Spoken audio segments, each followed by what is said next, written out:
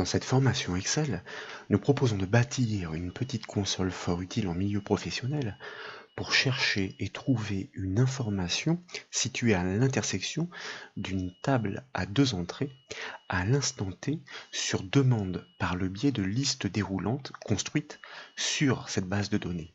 Pour cadrer la problématique, il s'agit d'une société fabriquant des prépolymères et pour le processus de fabrication, l'objectif est de savoir si l'association des deux produits sélectionnés avant et après batch est compatible, si oui, comment, et sinon, quelle est l'action à envisager. Ces informations sont situées précisément à l'intersection de la ligne et de la colonne pour les produits sélectionnés par le biais de cette table à deux entrées. Et comme vous le constatez, si nous choisissions par exemple le premier de ces produits à l'aide de la première liste déroulante et un autre produit à l'aide de la deuxième liste déroulante, celle qui fait référence à la colonne, la deuxième entrée de cette table, eh bien, l'action se met en valeur dynamiquement car il y a bien une compatibilité mais moyennant une action intermédiaire à réaliser. Pour réaliser une telle console, donc, je vous propose de partir depuis un classeur source existant, comme toujours, sur lequel d'ailleurs la base de données a légèrement été retravaillée au niveau de sa mise en forme globale pour une meilleure présentation. Nous avons à disposition la feuille liaison dans laquelle il s'agit bien sûr de construire dans un premier temps ces listes déroulantes, dynamiques qui plus est car nous partons du principe que cette société travaille sur une base de données connectée avec une source externe et donc en perpétuelle évolution. Il s'agit aussi de considérer que cette base de données peut évoluer, c'est la raison pour laquelle, pour simplifier le calcul d'extraction qui consiste à recouper ces intersections, ces critères sur la ligne et la colonne pour trouver cette intersection, donc il nous faut envisager une base de données évolutive. Et pour ce faire, donc, je vous propose de nommer une plage de cellules et de la retravailler avec la fonction décalée. Dans un premier temps, nous sélectionnons la cellule A1, la toute première cellule de la feuille de la base de données. À l'aide du raccourci clavier CTRL MAJ fin, par exemple, nous allons sélectionner toutes les cellules comprises entre la première A1 et la dernière cellule active de la feuille. Nous pouvons même, avec les flèches du pavé directionnel et la touche MAJ maintenue enfoncée, retravailler cette sélection de manière à la borner précisément au tableau. Mais cela n'a pas d'incidence puisque l'objectif est de faire en sorte qu'elle soit dynamique, cette plage, en largeur et en hauteur. Nous allons la renommer comme nous savons le faire, depuis la zone nom, avec un nom suffisamment simple et suffisamment explicite, de manière à ce que nous puissions l'exploiter dans les formules d'extraction. Nous validons par entrée, et bien sûr, à ce stade, notre plage de cellules est complètement statique, elle est bornée. Donc, dans la foulée, nous activons le ruban formule en cliquant sur son onglet, et puis nous cliquons sur le bouton gestionnaire de nom pour y retrouver effectivement notre plage nommée tab ref que nous allons retravailler avec la fonction décalée qui, comme vous le savez, nous l'avons utilisée à maintes reprises dans les formations Excel, permet tout simplement à partir d'une borne de départ de définir sur quelle longueur cette plage doit progresser en hauteur et en largeur. Le point de départ de cette plage de cellules est toujours la cellule A1, c'est-à-dire la toute première cellule de la feuille.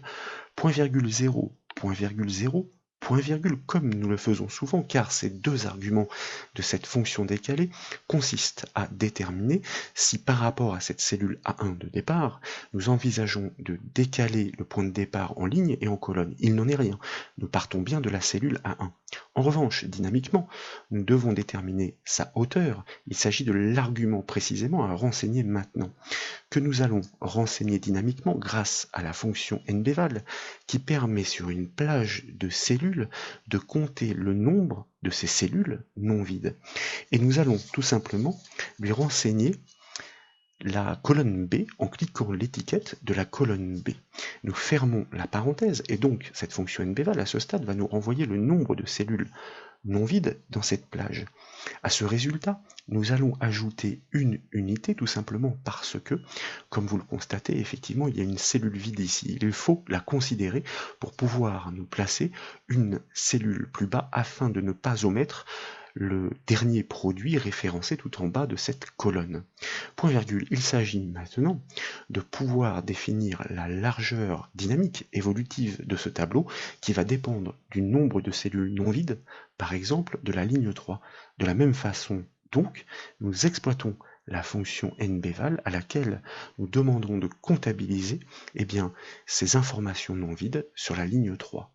Cette fois-ci, comme il n'y a pas de trou dans la ligne, il n'est pas nécessaire ni d'ajouter ni d'amputer une valeur. C'est la raison pour laquelle nous pouvons fermer la parenthèse de la fonction nbval et la parenthèse de la fonction décalée, car à ce stade, en partant de la cellule A1, nous sommes censés avoir défini la hauteur dynamiquement et la largeur dynamiquement en fonction du nombre de cellules non vides dans ce tableau. Nous demandons tout de même à Excel de valider la syntaxe de notre formule pour nous assurer qu'effectivement, il n'y a pas de souci et que nous allons pouvoir l'utiliser comme tel. Et puis, nous fermons le gestionnaire de noms en cliquant sur le bouton dédié. Il s'agit maintenant de pouvoir, dans un premier temps, avant de penser à l'extraction, de construire nos listes déroulantes qui vont permettre à l'administrateur de sélectionner le produit avant batch, c'est-à-dire celui qui est situé sur la ligne 3, et le produit après batch, c'est-à-dire celui qui est sélectionné sur la colonne B.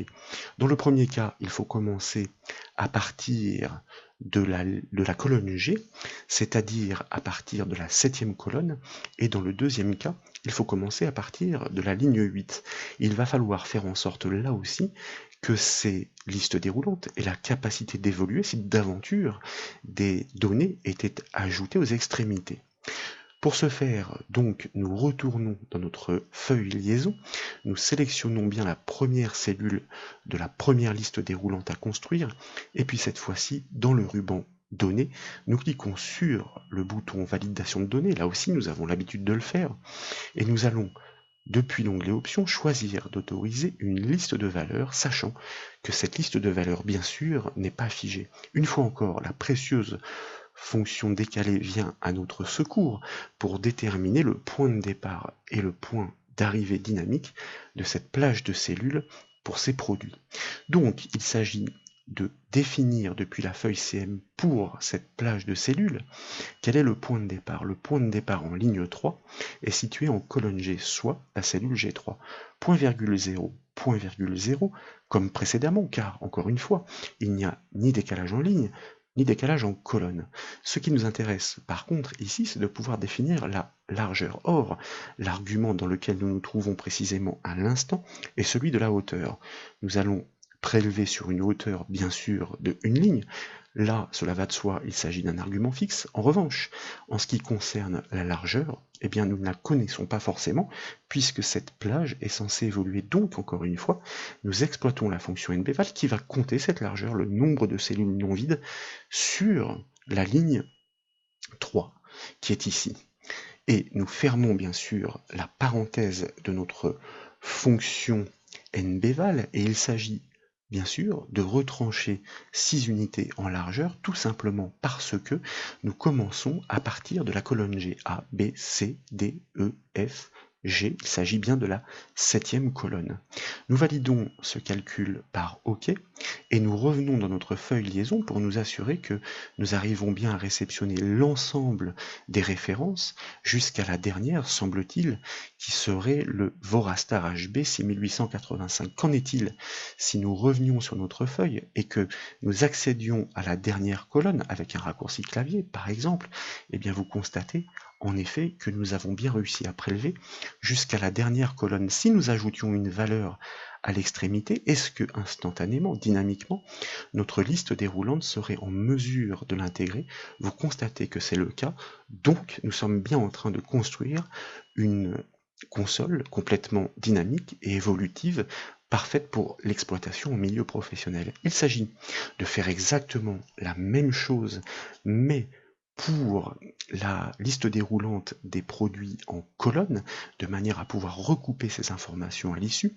Et pour ce faire, après avoir sélectionné la cellule, donc, nous recliquons sur le bouton validation de données, nous choisissons de nouveau de limiter les autorisations à une liste de valeurs, et cette liste de valeurs étant égale à une plage de cellules aux bornes dynamiques, grâce à la fonction décalée, nous ouvrons la parenthèse Et dans la feuille CM, nous allons définir le point de départ en cliquant le premier produit de la colonne B, situé donc en ligne 8, point virgule 0, point virgule 0, toujours pour les mêmes raisons. Et cette fois-ci, après le troisième point virgule, nous nous trouverons bien dans l'argument de la hauteur variable à définir. Une fois encore, grâce à la fonction nbval, elles vont souvent de pair, ces deux fonctions, que nous allons demander de compter, cette fois-ci sur la colonne B, c'est-à-dire le nombre d'éléments. Mais nous allons retrancher bien sûr certaines unités, car non seulement nous commençons à partir de la ligne 8, donc il y aurait a priori 7 lignes à ignorer, mais sachant que la première d'entre elles est vide, elle n'a pas été comptabilisée. Donc nous allons retrancher 6 unités. Et puis, après avoir retranché ces 6 unités, donc, qu'il faut bien saisir correctement, nous fermons la parenthèse de la fonction décalée, nous validons le calcul de cette plage dynamique pour retourner dans notre console et nous assurer que nous sommes bien en mesure d'obtenir l'ensemble des produits qui sont proposés dans cette table à deux entrées. Qu'en est-il une fois encore si nous choisissions d'accéder à la toute dernière ligne de notre feuille pour rajouter une valeur de test, savoir si justement, par le biais des connexions dynamiques, notre liste déroulante est capable de la prendre en considération? Vous remarquez que c'est effectivement le cas.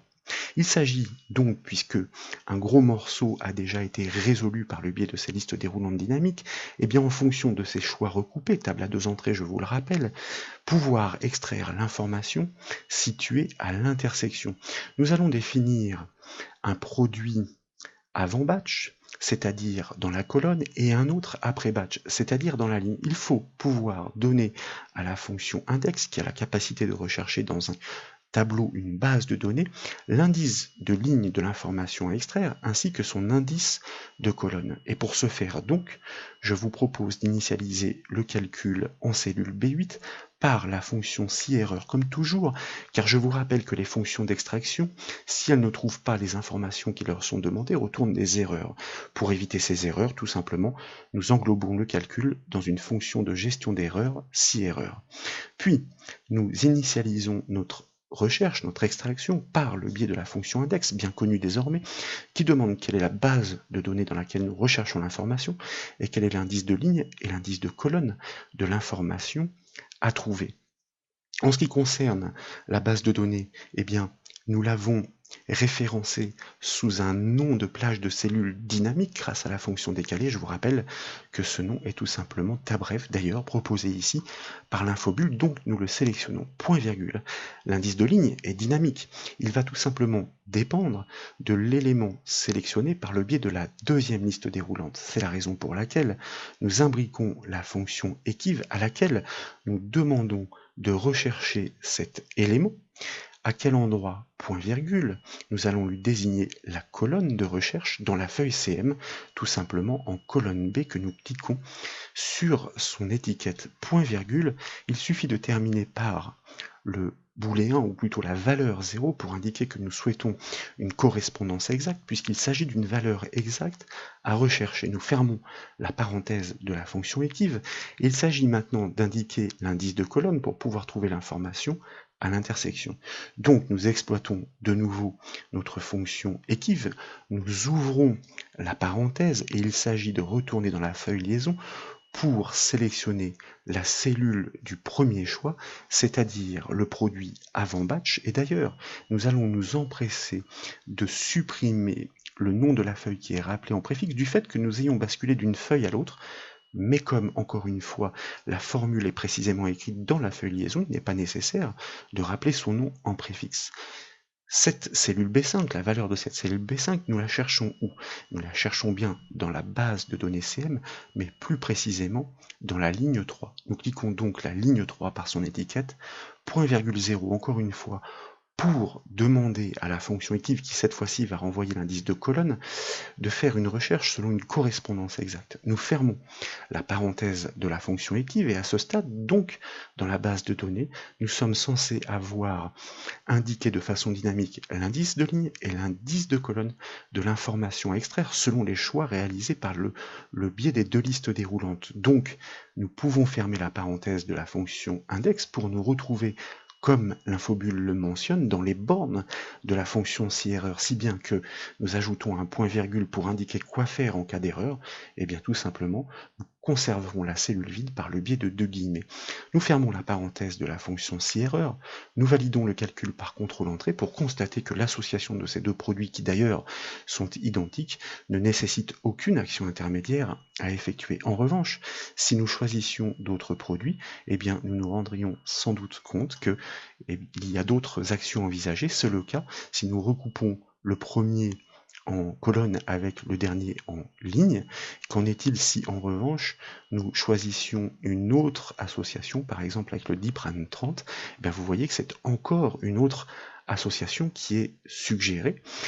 Nous allons pouvoir vérifier ça d'ailleurs directement depuis la base de données. Nous avons donc l'autotane 5000 qui est situé directement en colonne G et qui doit être recoupé, comme nous l'avons vu, avec le dipran 30, et vous constatez que c'est bien l'information à l'intersection qui a été extraite, puisque c'est bien l'action rinçage qui s'affiche, qui a été trouvée par le recoupement dynamique de notre fonction index imbriquée avec la fonction equiv par le jeu de ces listes déroulantes dynamiques recoupées donc pour les critères sur une base de données elle-même aux bornes dynamiques.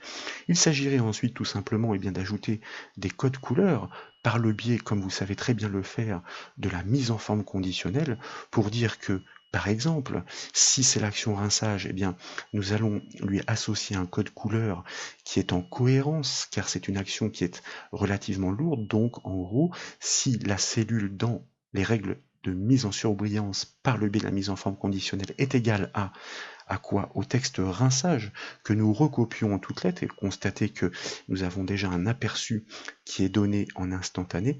À ce moment-là, nous le faisons ressortir, pourquoi pas, en rouge.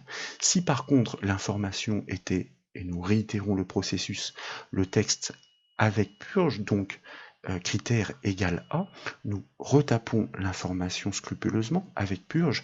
À ce moment-là, il s'agirait d'un code couleur, on va dire, un peu moins prononcé, comme par exemple le jaune avec texte jaune foncé.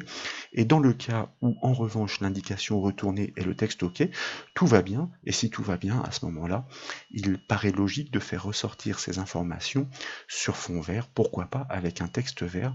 Par exemple, nous pourrions le tester en modifiant ici le recoupement des produits que nous souhaitons associer, constater qu'instantanément, effectivement, il s'agit du même, et bien comme l'action effectuée conduit au résultat de OK, la cellule passe instantanément en vert, et puis en rouge lorsqu'il y a un rinçage, etc., etc.